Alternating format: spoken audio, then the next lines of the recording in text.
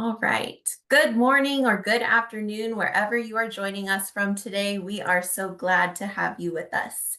Welcome to the June session of our CPS HR webinar series brought to you by your trusted partner in public sector HR, CPS HR Consulting. Today, we're diving into storytelling for public sector leaders presented by CPS HR training instructor, Lisa Kjellstrom. We've got an exciting session ahead, but before we jump in, there are just a few quick housekeeping notes to go over as usual. Today's webinar is being recorded and you will receive an email tomorrow with the link to watch the replay. You may also find the recording on our CPS HR webinar webpage. Everyone is in listen-only mode to help keep our audio crystal clear for the duration of the session. However, we may ask you to come off of mute if you have any questions towards the end. We encourage you to use the chat to connect and share ideas throughout the session. If you have any questions during the session, please feel free to ask those in the chat, or you may also utilize the QA application on the bottom of your Zoom screen as well. Now, without any further delay, I'm going to hand it over to Lisa. Lisa, take it away. Thanks so much, Marissa. It's a pleasure to be here today. Welcome to everyone. Great seeing the chats come in. Please continue to say hello in the chat. Very grateful to be here with all of you today. And thank you. Thank you for taking the time out of what I know is very busy schedules to focus on the power of story. It is a big deal to have your time and attention today, not something that I take lightly. So thank you for tuning in. And let us know where in the world. I love seeing lots of California, Cincinnati. I saw an Elk Grove that was down the street from my old stomping grounds. So love to see where everyone is in the world. I am hoping that this hour is a little bit different, hopefully inspiring, and bringing you into the power of story and how you can leverage it in your work in the public sector. Kick us off initially as people are continuing to get connected to the audio. We're on the Zoom platform today. You can join that audio either via your computer or on phone. And feel free, the more interaction we have today, please raise your voice. Marissa is on hand and generously agreed to keep an eye on the chat and that Q&A capability. So the more interaction and engagement in the session today, the better. By way of background, my name is Lisa Kjellstrom. I have 18 plus years of experience as a consultant in the field of leadership development in several different capacities. I'm a leadership coach. I am a leadership developer, a designer of content. I have several lenses of experience into the field. How I see my role here today is threefold. First, really, I hope to be a teacher, so bringing some theoretical frameworks to the fore around story. We're going to take a look at the psychological power of story. We're even going to delve briefly into neuroscience and what that can tell us about the power of story. Secondly, I see myself as a catalyst for new or evolved ways of thinking and being, and how you might be able to bring story into your leadership work.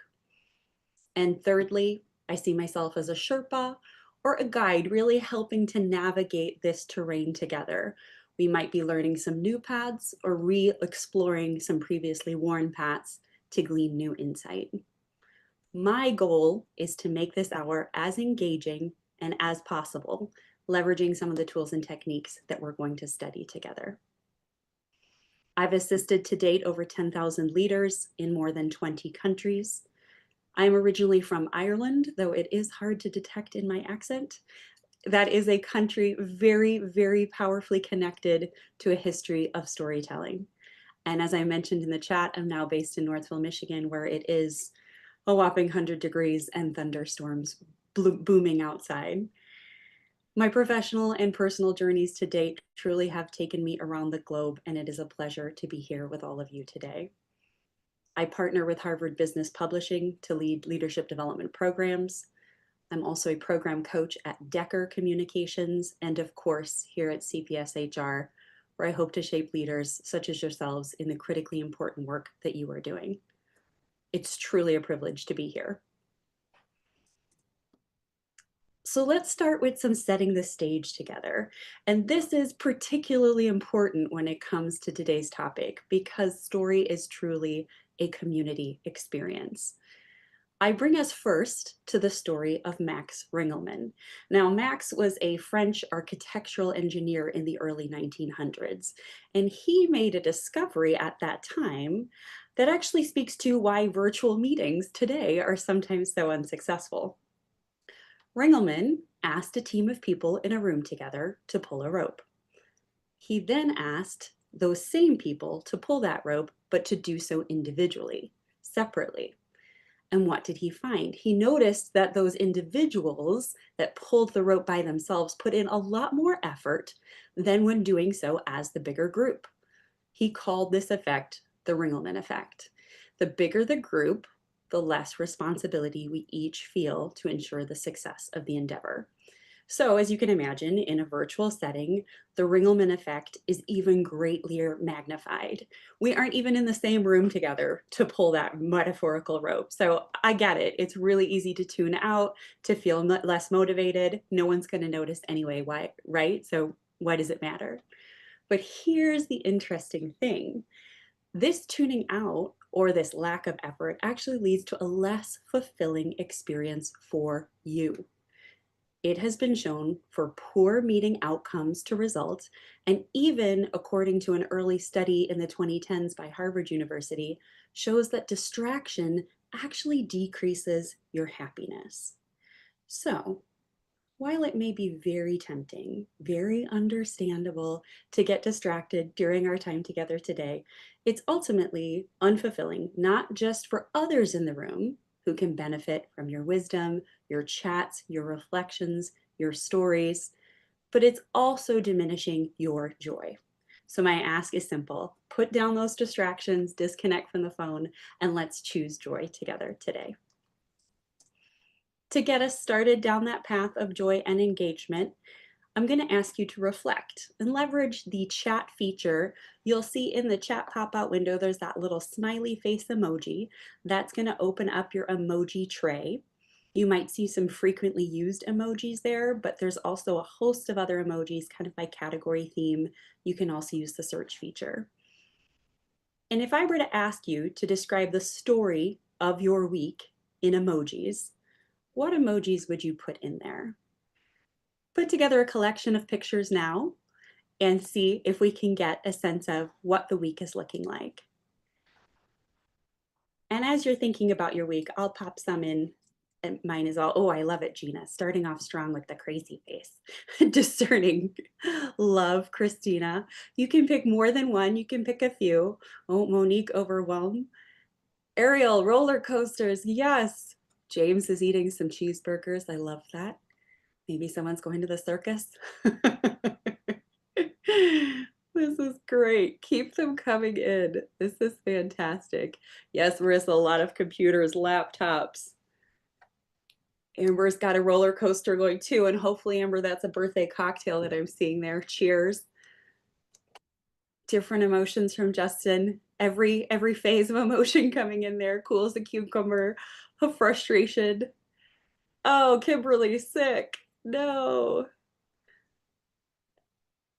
Tim not doing so well either. See, this is what's incredible about this, and I'll put mine in again just so you see it. So mine was about sourdough. I'm in my sourdough era, and I'm late to the party. Everyone else has been in their sourdough era since 2020, but I'm only arriving at the sourdough party now, and so I've gotten very much into my sourdough starter and making sourdough bread, and my nephew came to visit over the weekend, and I introduced him to the power that is sourdough and sent him home with a loaf of bread, which he was thrilled to receive. So Lori's got some gymnastics.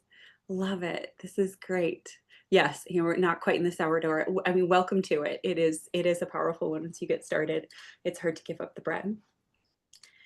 So you can see just by this very fun exercise, we already get a sense of where everybody in the room is just through the power of pictograph. We've been able to tell stories about our lived experience over the last few days just through these simple emoji icons. And that really tells us a lot. We're going to go now from the power of the emoji to the power of the word. We begin with just 6 words. These few syllables tell a poignant tale, one that carries, one could argue, heartbreak, ambiguity, imagination. This story is often, though unverified, attributed to Ernest Hemingway.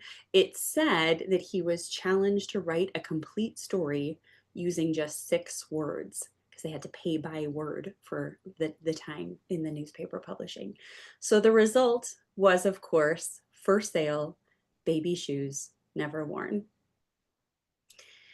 This story really achieved a full emotional arc with nothing but implication, and it boils down to 6 words. Whether Hemingway actually wrote it, the 6 word story illustrates a fundamental truth about storytelling. We are moved by meaning, not just information. This micro story really has power. It activates our readers' imagination and emotion, and that is exactly what great leaders like yourselves need to be doing today, not just informing, but moving. Aristotle believed that the best way to transfer emotion from one person to another is through the rhetorical device of storytelling. More than 2,000 years later, neuroscientists have found that his thesis was accurate. Studies have found that narratives trigger a rush of neurochemicals to the brain that connect people on a deeper emotional level. That's quite something. 2,000 years of wisdom vetted out over time. We are, as Jonathan Goschel once stated, a species addicted to story. Even when the body goes to sleep at night, the mind stays up all night telling itself stories. Some may argue, myself amongst them, that the most powerful words in the English language are once upon a time. And modern neuroscience again confirms this. When we listen to a story, something fascinating happens to our brains. Multiple regions of our brains are activated, not just the language centers, but also our sensory, our emotional areas. If someone were to say the cinnamon sweet smell of apples, our olfactory cortex actually lights up. Oxytocin is released. This is a neurochemical that's linked to trust, linked to empathy, linked to connection.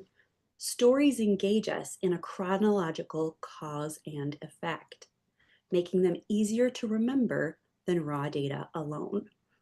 And perhaps, most importantly for the work that you do, people are more likely to act based on narrative persuasion than mere abstract facts.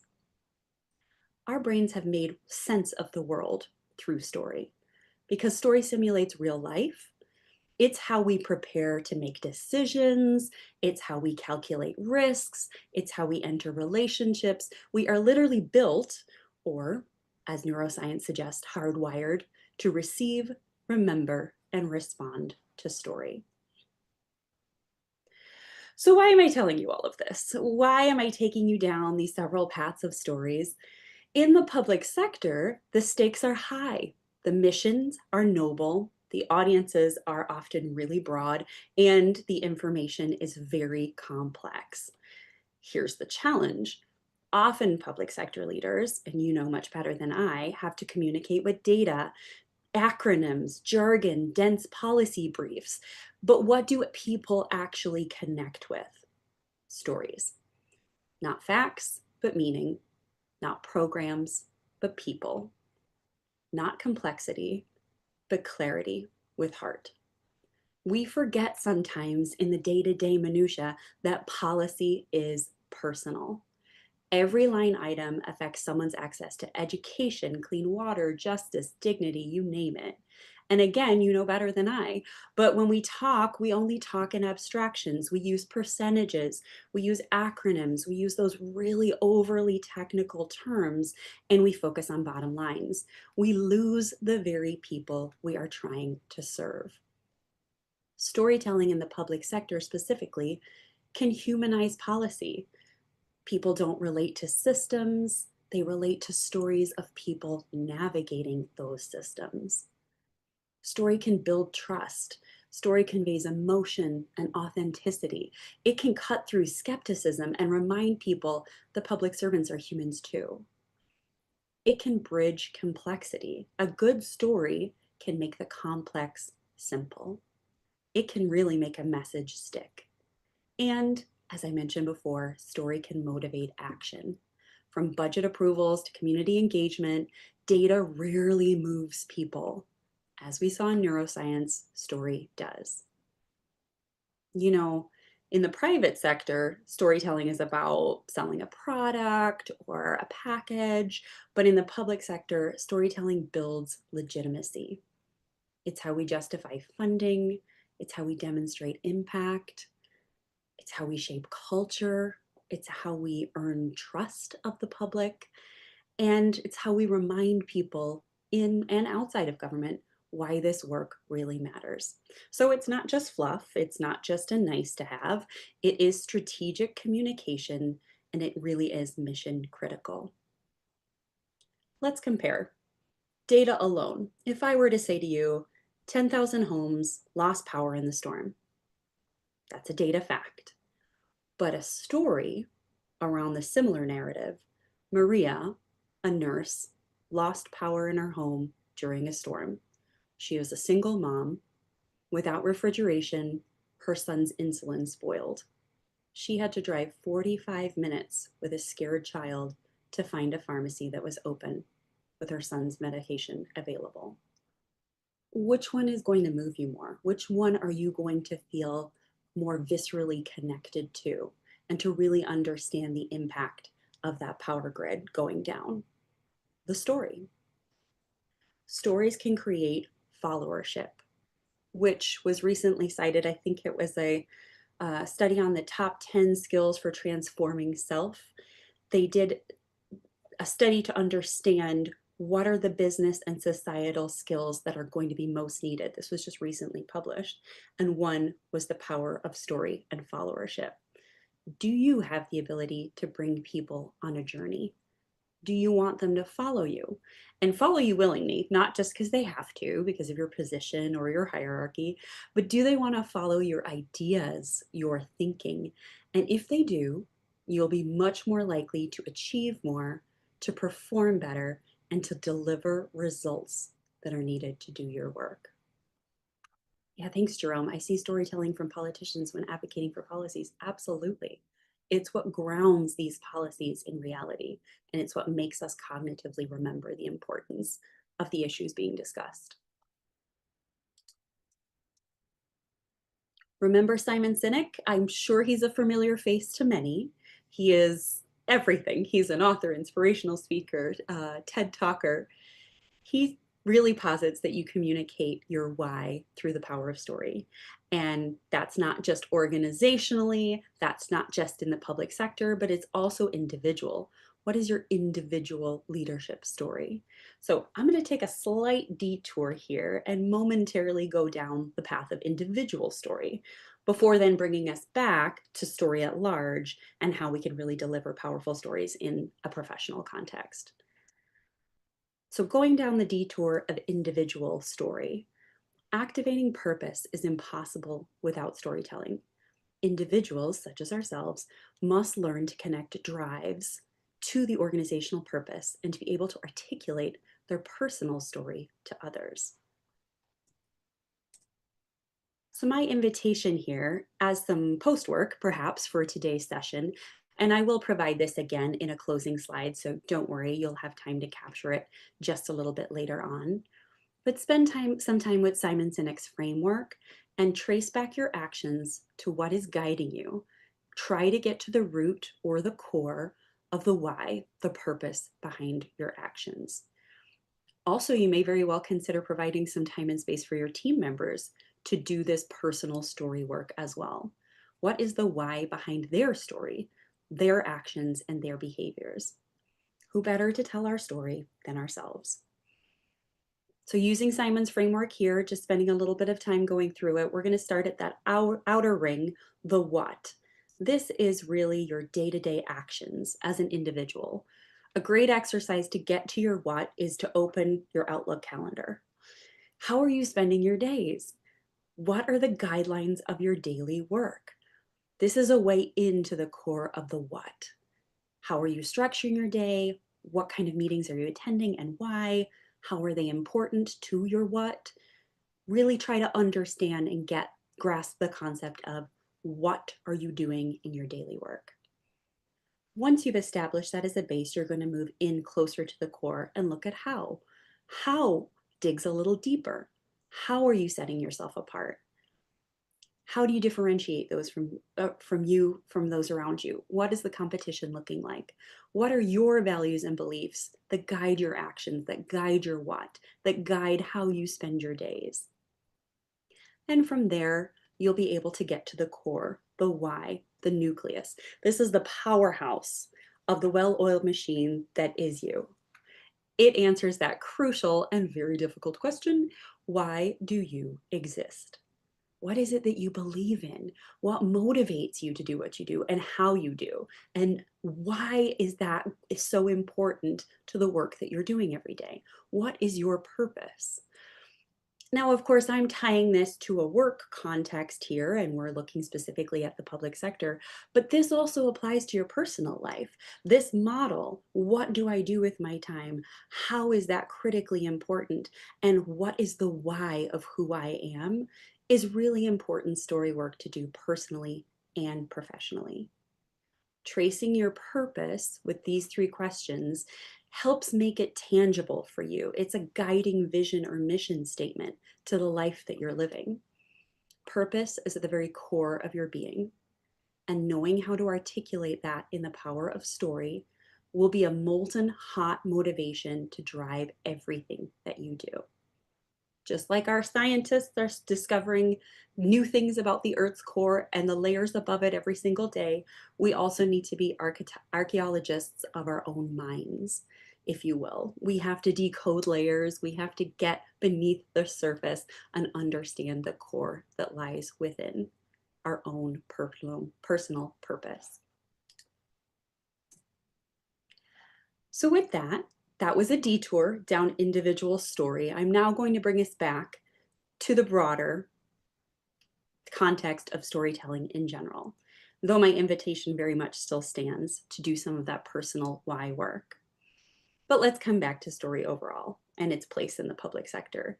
To lead with story, you're going to need two core skills. The first is content, and content is what you say.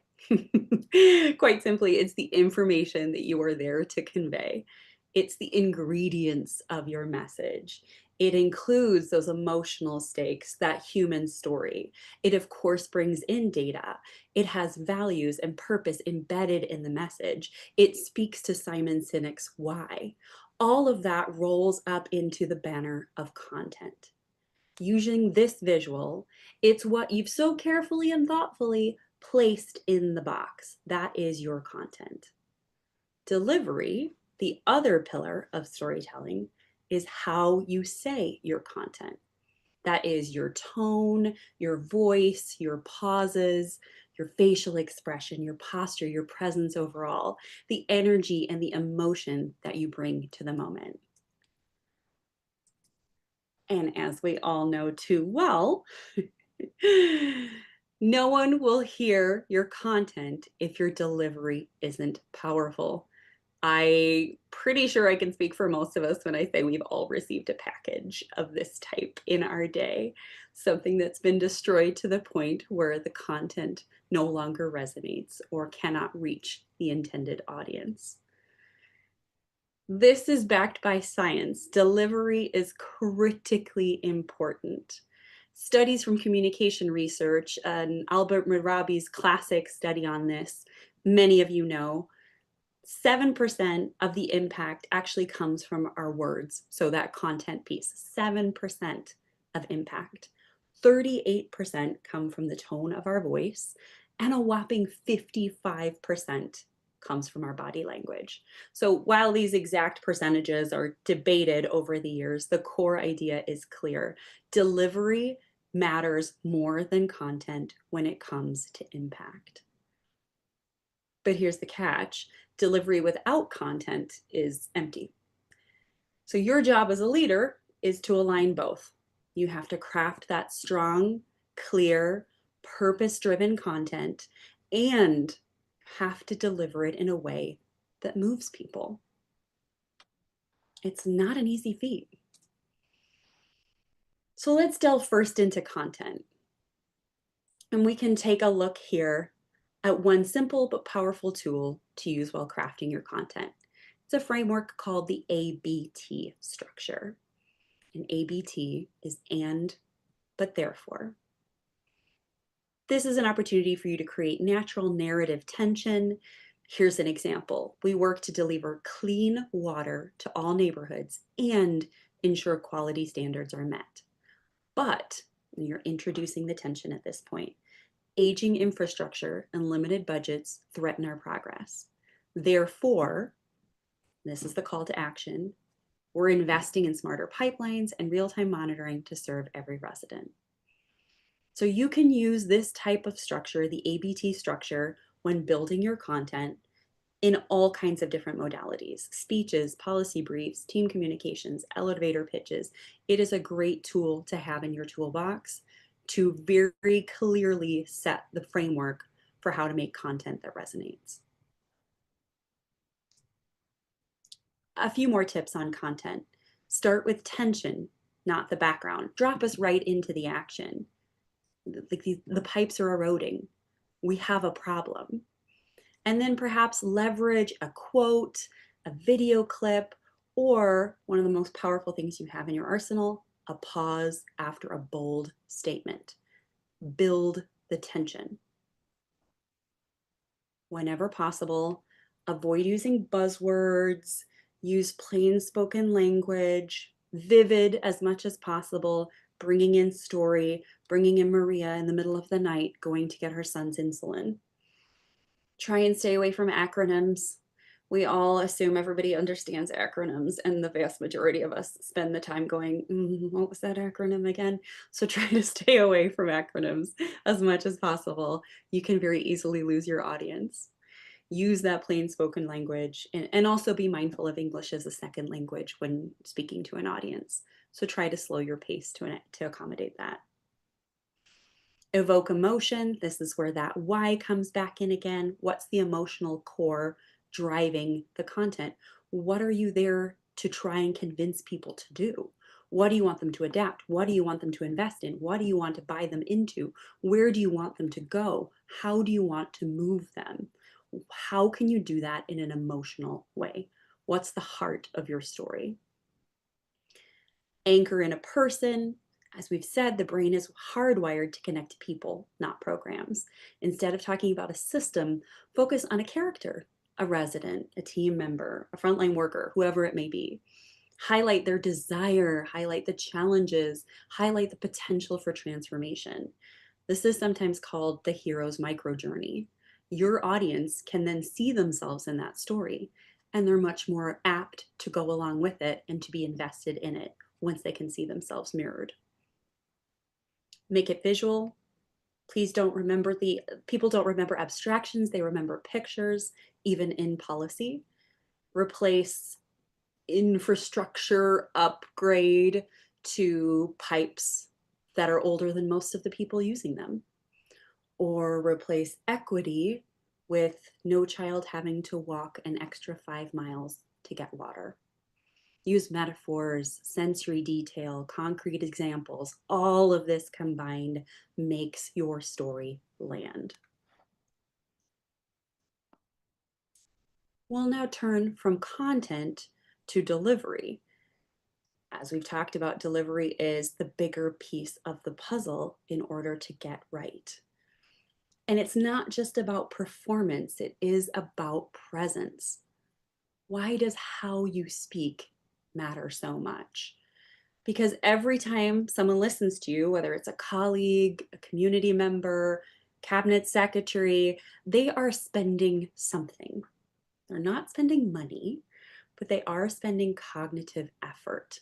You must consider your audience and their cognitive load. We each only have so much of it available. It is a limited, finite resource. Our brains, as you all know, are bombarded with inputs all day long, every day. Emails, meetings, decisions, distractions.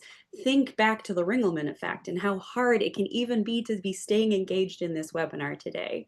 So if you're asking someone to gain access to their attention, you need to understand that you're asking them to pay for something, something that they have limited access to. Think of it like this. There is a cost associated to listening. And as such, a monotone voice, fidgeting, lots of those filler words, they can act like a tariff. It makes your message a lot harder to process. They have to spend the time working as your audience to clear out the noise and try to focus on your message. If your delivery is flat or unclear, it's going to take a lot more effort to follow you. And over time, your audience can just check out, not because they don't care, but because the price of admission is too high. Their brains are too cognitively full. The cost is just too much. So here on the left, you can see this image of a brain. It is just full. There's no more room for input. The piggy bank of our brain and our neurocortex is at capacity. So what can we do as leaders and as storytellers? How can we move from costly to clear? Strong delivery, our voice, pace, presence, all of that lowers the cost of listening. It signals to the brain, hey, this is worth your time. Good delivery just doesn't help people understand, it helps them care. And we can go even further.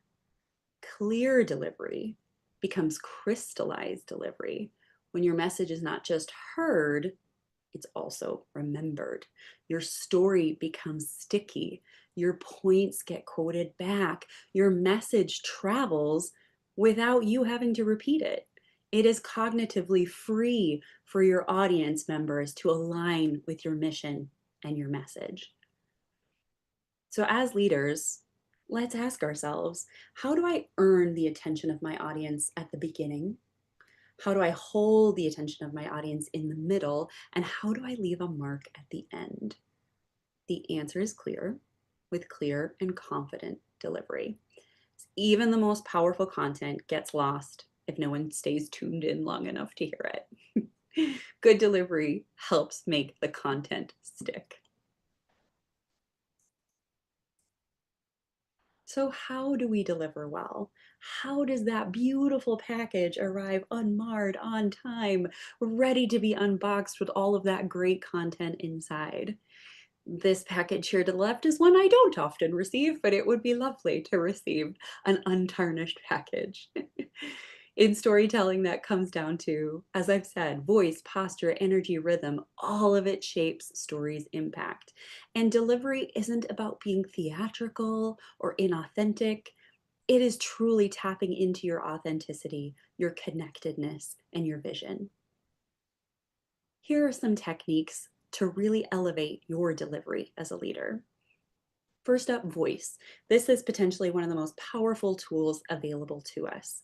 You can play with your volume, you can play with your range.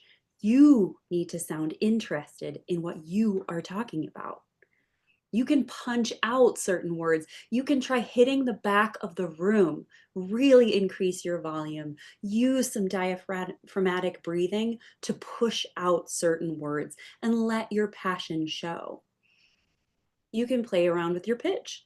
You can have some high pitch. You can get into some of your more lower registers and really play around with varying your pitch throughout your presentation.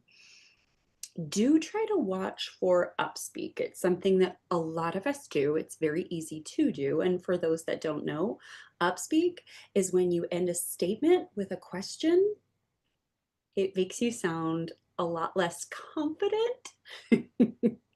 Instead, make a declarative statement. Ground the end of your sentence.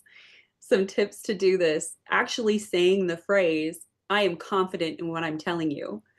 That evokes in us the ability to ground our pitch and to really center within us. I am confident in what I am telling you.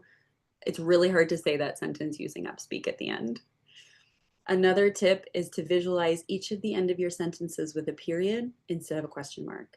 That will help ground the end of your sentence, really putting a fine point on it instead of bringing it up into that question and uncertain tone that sometimes we get into when we get into upspeak. Play around with your speed and your cadence. Change it up. We are hardwired to love surprise. Our brains perk up when we detect something that breaks the pattern. Let your passion show through.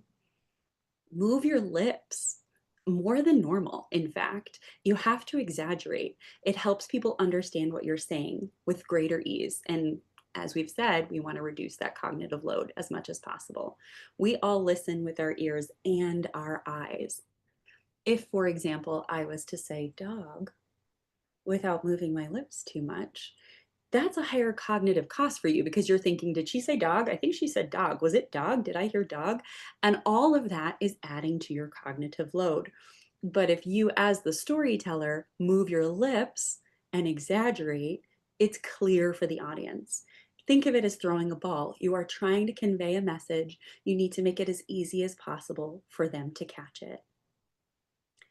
Those dreaded filler words, the ums and ems of the world, they really do make us sound unsure. They are inherently distracting and they do get in the way of the message. We're all, of course, doing it without thinking about it. Those filler words spill in when we're not quite sure where to go next in our story. Our mouth is just sort of moving faster than our brain can keep up. It's like computer buffering. Instead, replace those ums with pauses. Pauses create impact. A tip on filler words, because I know this is a tough one for people, is to do a little role play and practice. Pick a topic, any topic. We can go back to our emojis. What was your week like this week? Tell me what you're doing this weekend. Any topic you can think of, and record yourself on your phone. Work hard at pausing and then watch it back. Repeat it a few times. See how many filler words you had in the first session versus in the final session, and see how far you were able to come along in removing filler words in just that short exercise. That will help you build confidence. Filler words, the way I like to think about them, they're like bug splatters on a windshield for your listener. It's like they're trying to drive down the highway and there's just bugs coming at them. They have to do a lot. They have to work hard to filter those filler words out. And that does add to their cognitive cost. Next up, eye communication. This is by far, and again, backed by science, the most powerful tool you have to build connection. Look at your audience. Evenly distribute your gaze as much as possible. Look at both what I call the flames and the shadows in the room. And you know this well. Every room, there are flames. There are people who burn bright. They speak up. They raise their hand. They take up space. But there are also the shadows, those quieter voices, the more subtle glances, the restrained emotions. And sometimes we spend our time trying to decipher if they're tracking or not, but don't let that throw you off. As a leader and as a storyteller, your job is to notice both the flames and the shadows and to welcome both into the story. Sometimes the real story is not the flame, but it's in the flicker in the corner of the room. With your eye communication, slow down. Deliver a single phrase or a sentence looking at just one person before you move on. Or you can use that 3 to 5 second rule, landing on someone for 3 to 5 seconds and moving on. Of course, when I'm talking about eye communication here, largely applicable to when you're in the room with people. But in a virtual setting, one of my favorite tips is to stick a little sticky face. This is a little smiley face. And to pop that right on your camera so that you remember to look up at your camera. Sometimes we find ourselves looking down at our screen. Some of us have a second screen or a third screen, and all of a sudden we're not looking at all at our audience. If you are just going to pop a little sticky of a smiley face right beside your camera, eyes meet eyes, and you'll be much more inclined to look at your camera if you see a smiley face up there. You can have fun with it too. You can put some googly eyes up there if you like, but I find that trick works really well. Next up is posture and movement. How are you holding yourself? Again, virtually and face-to-face on this one. In a virtual setting, how are you sitting in the scene? You're not too far back, but you're also not too close. What does your lighting look like? How is that evenly distributed on your face? Are you bright? Are you being really darkly lit? Take time to understand what your lighting is doing for you. Try not to be too high in the frame, and then also try not to be too low. If you're too high, you give the sense of being kind of cut off and too big, too loud. If you're too low, it actually diminishes your presence. So take a little bit of time and understand how you should sit within your frame. What does your backdrop look like? What is your background looking like? Are you using a virtual background or not? Should you leverage a green screen? All of these things can factor into delivery and presence. When you're in that face-to-face context, don't hide behind the podium, don't sway. Make sure you've got your feet shoulder width apart and stabilizing yourself as much as possible. And if you're going to use your hands, use them with purpose. In a virtual setting, be aware when they're in the frame and when they're not. Don't move them frenetically. That can be really distracting, especially in a virtual, because you've got that lag time. It can increase the cognitive cost for your audience. Use them with intention to help advance the story that you're telling. Leverage the power of pause. I've said it many times, but it is worth repeating. Build energy by running words together more quickly and then slow down for key phrases. Silence creates impact.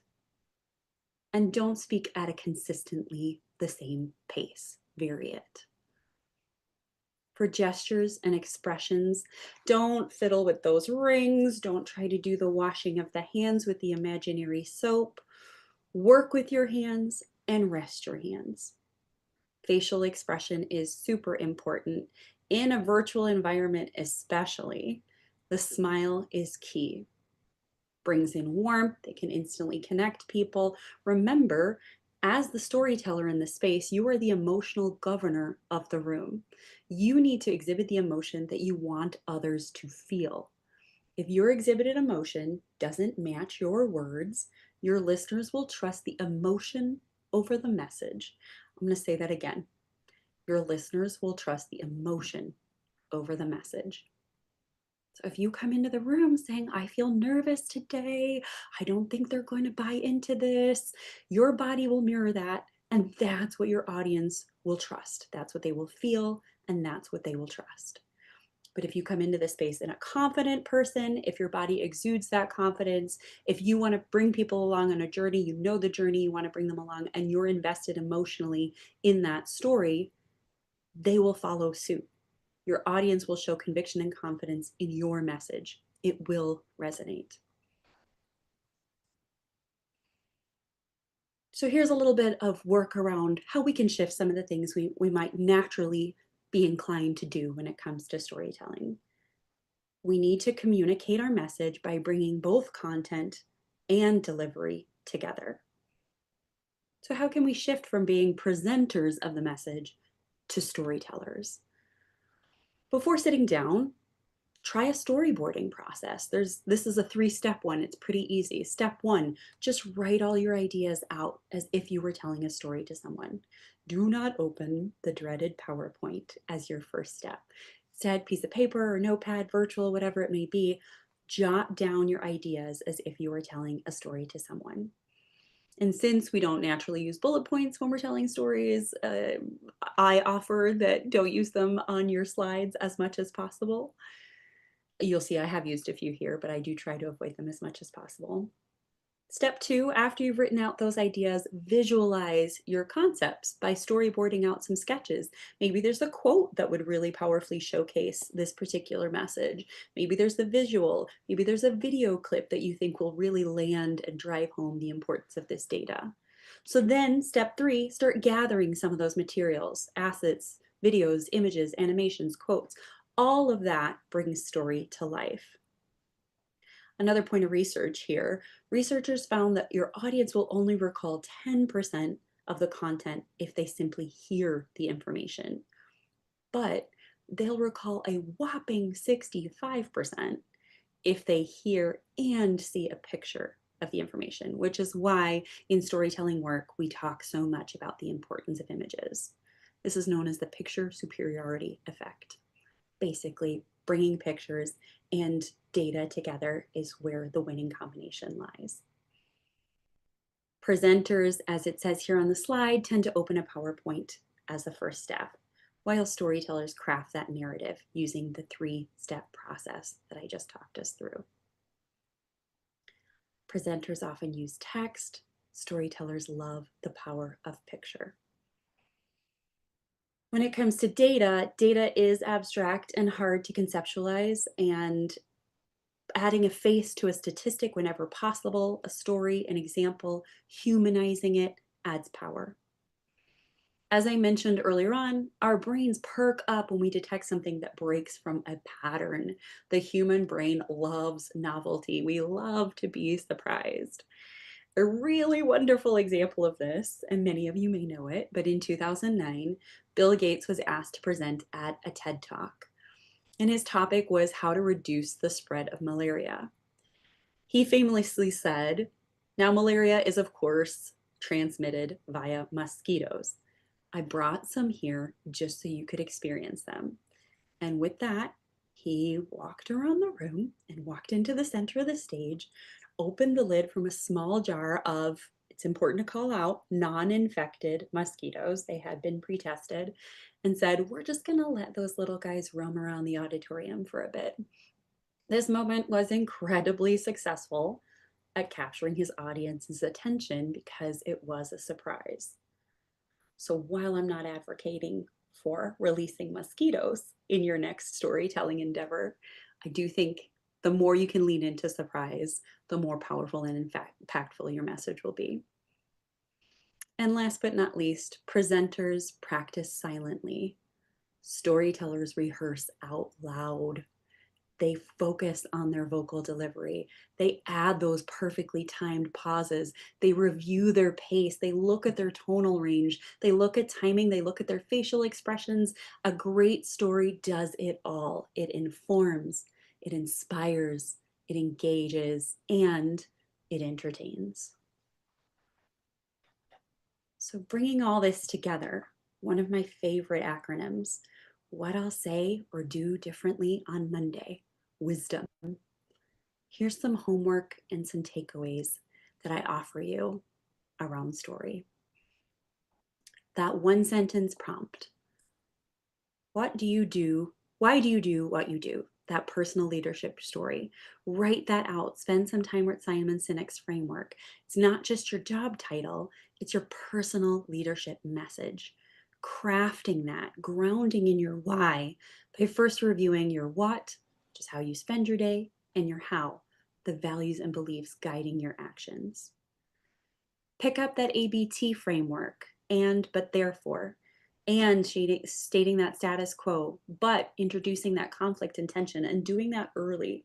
And therefore, here's the intended change, here's the ask, here's the call to action. And that delivery drill, record yourself telling a 60-second story, then replay it. Do it again. Where can I add a pause? How many filler words did I have? Where could I show more emotion?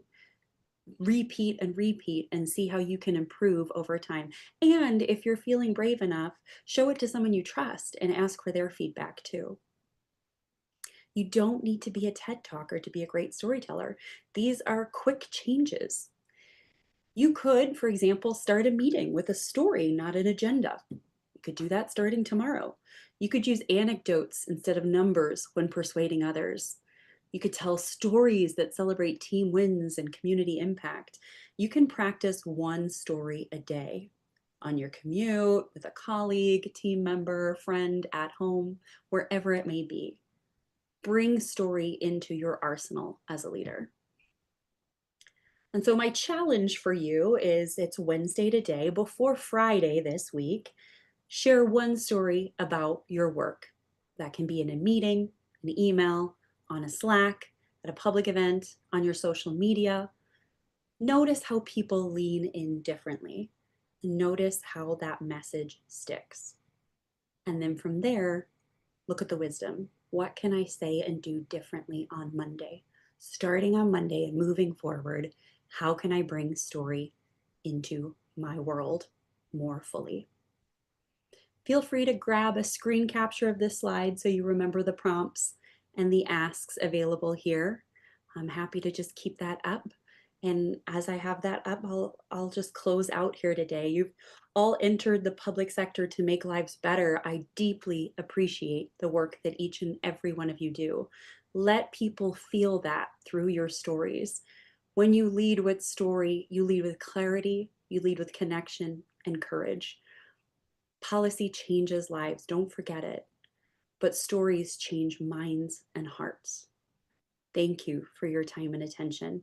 Ringelman would be proud. I see the emojis coming in. I will hand it back over to Marissa now. I think we do have some time for any questions that might pop up, and I'll give her time to close out the session today. Thank you so much. Lisa, thank you for such a fantastic presentation today. You definitely gave us a lot to think about and some great takeaways on how we all can use storytelling at work and in our daily lives. So thank you again for being with us today. Absolutely. Before we head into a Q&A session, just a few quick reminders. Yes, this session was recorded. You will receive an email tomorrow with the link, and you can always find it on our website at www.cpshr.us.